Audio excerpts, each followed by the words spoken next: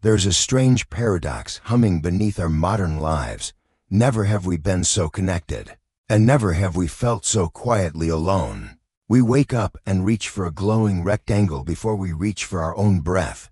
Inside it lives a world that seems brighter, faster, more accomplished than the one we inhabit. Other people's mornings look cleaner, their bodies stronger, their love stories more cinematic, their purpose more obvious. And somewhere between the first scroll and the second cup of coffee, a subtle erosion begins. Not dramatic, not loud, just a small subtraction.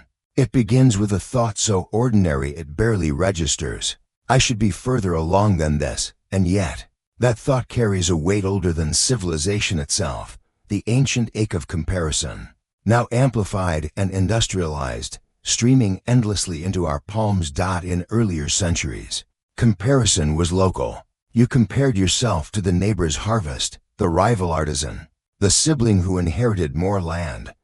Now comparison is global, algorithmic, relentless. You are not measuring yourself against one life, but against 1,000 carefully edited highlights, stitched together into an impossible standard.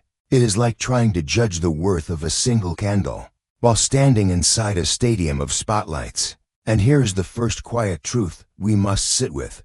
The human nervous system was never designed for this. We evolved to belong to small circles, to know a few faces deeply, to find meaning in repetition and rhythm. But the digital world offers us infinity without intimacy, endless windows into lives we do not touch, successes we do not share, joys we do not feel. The soul, overwhelmed, begins to contract. You may not notice it immediately. It shows up as restlessness, as the inability to enjoy what is already good, as a constant background noise of dissatisfaction. Even on days when nothing is wrong, you achieve something meaningful, and instead of resting inside the warmth of it, your mind whispers, "Yes, but look what they're doing." Comparison does not shout, it murmurs. And the most dangerous thing about it is that it disguises itself as motivation. It pretends to be ambition, self-improvement, awareness. But look closely. True motivation expands you. Comparison shrinks you. One invites curiosity, the other breeds shame.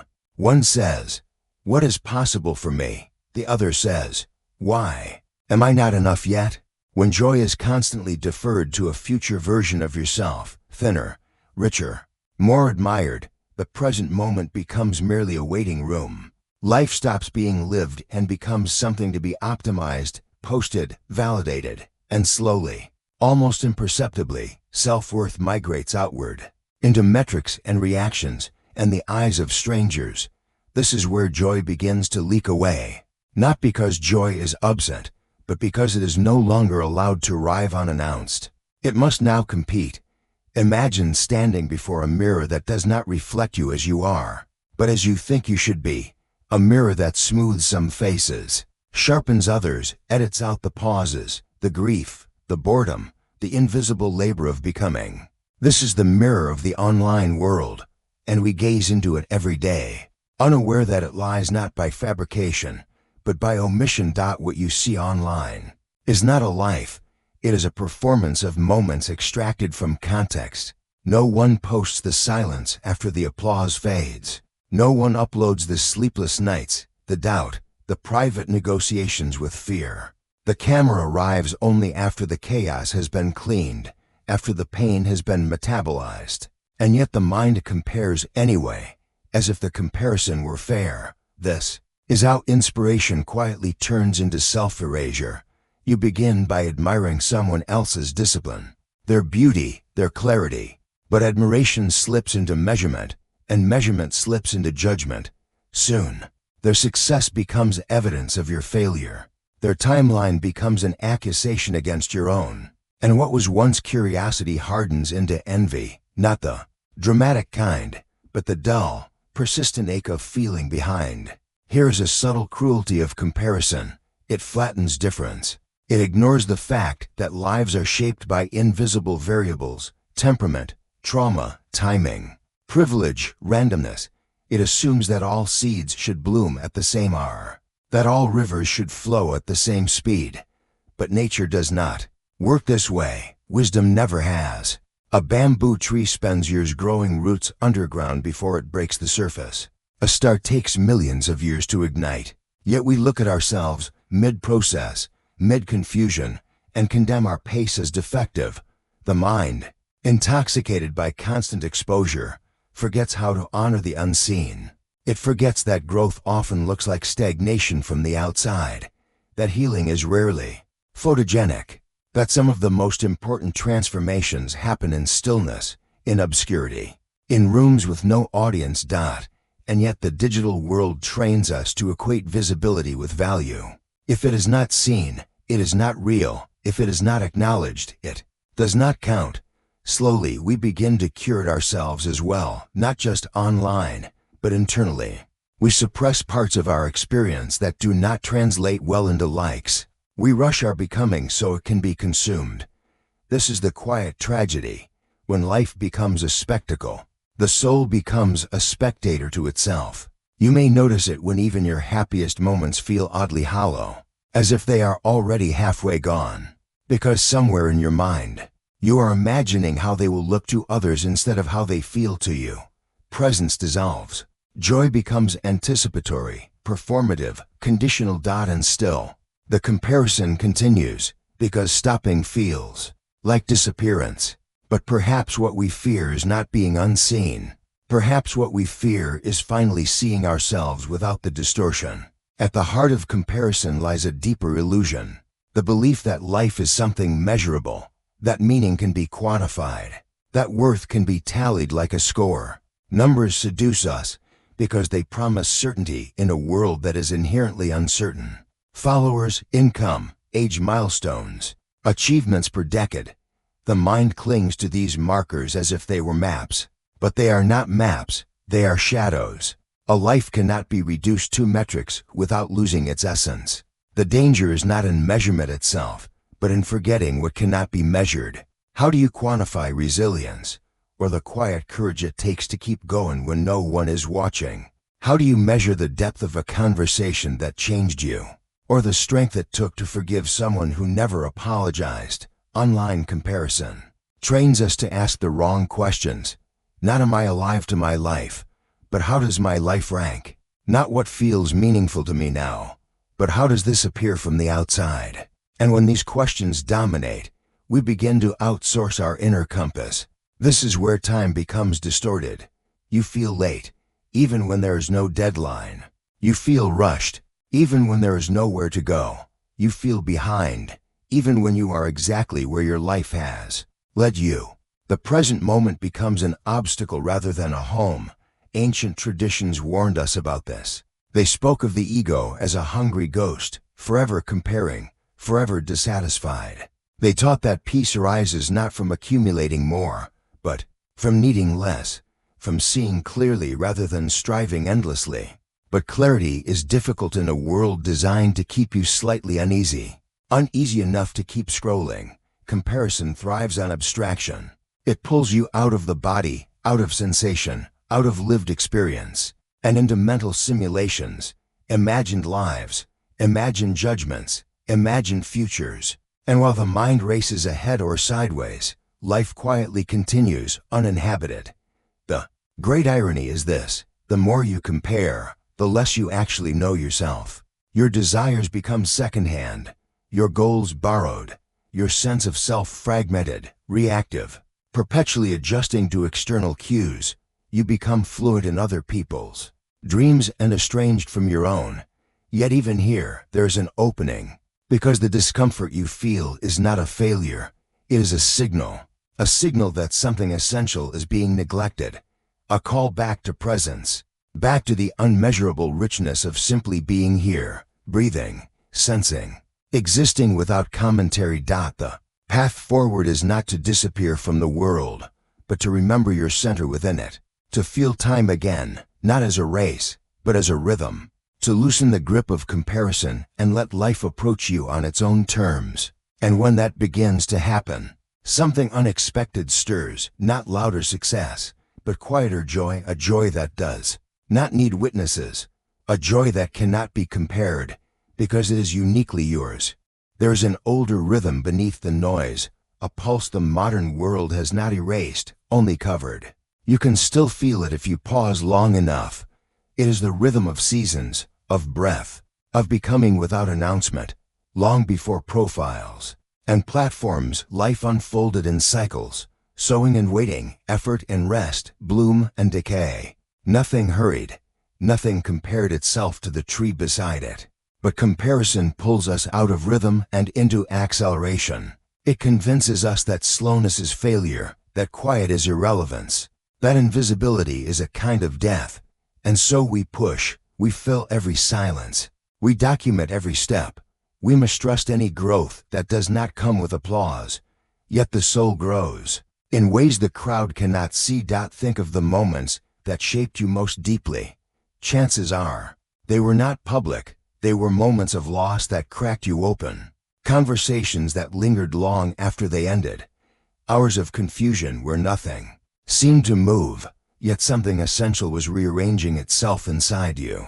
These were not shareable moments, they were formative ones. The online world teaches us to live horizontally, scanning, comparing, reacting.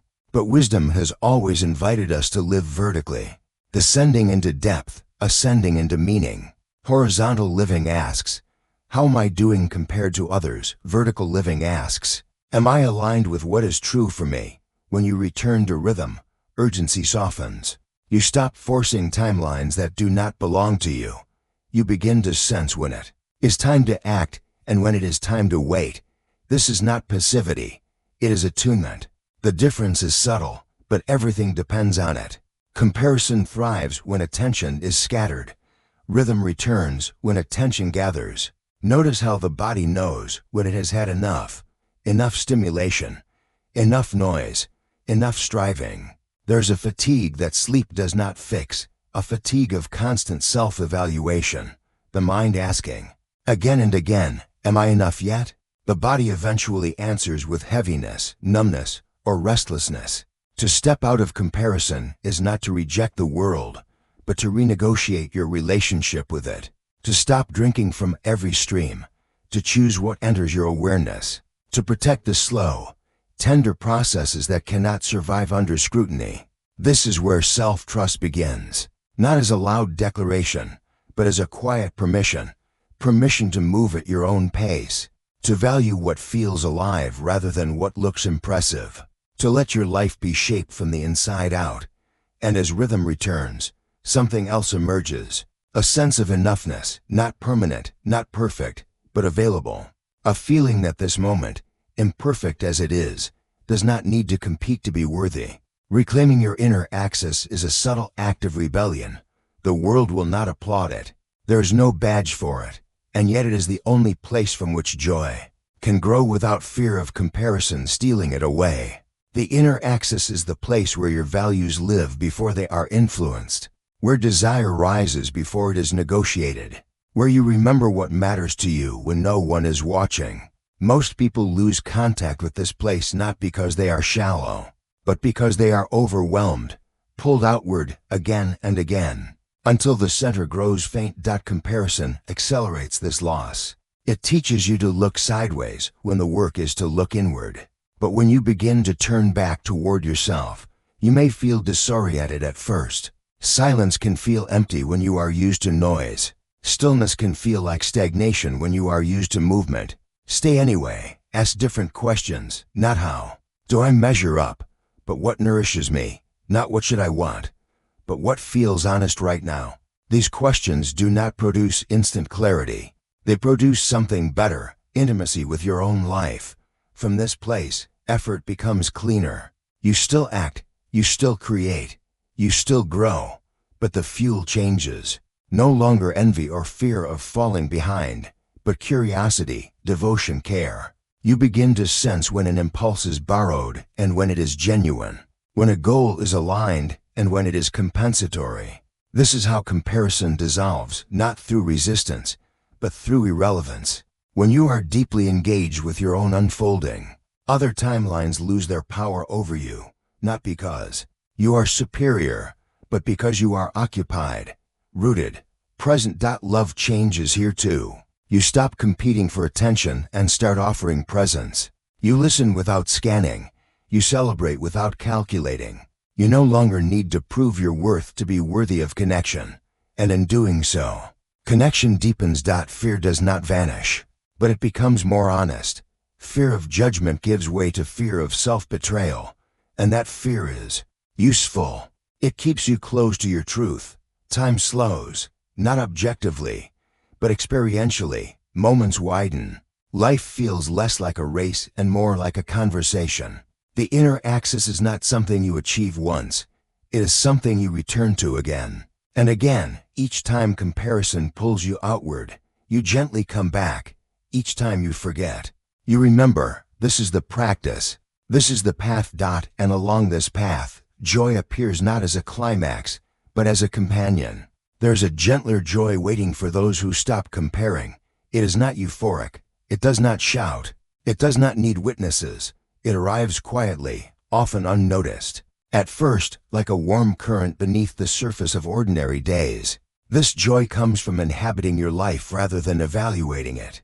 It shows up when you enjoy something without the impulse to share it, when you rest without guilt, when you feel gratitude not because things are perfect, but because they are real. It is the joy of alignment, of living in a way that does not constantly argue with itself. In this joy, success loses its sharp edges, failure loses its sting. Both become teachers rather than verdicts. You stop asking life to prove your worth and start letting it reveal your character. You begin to sense that meaning is not something you arrive at, but something you participate in.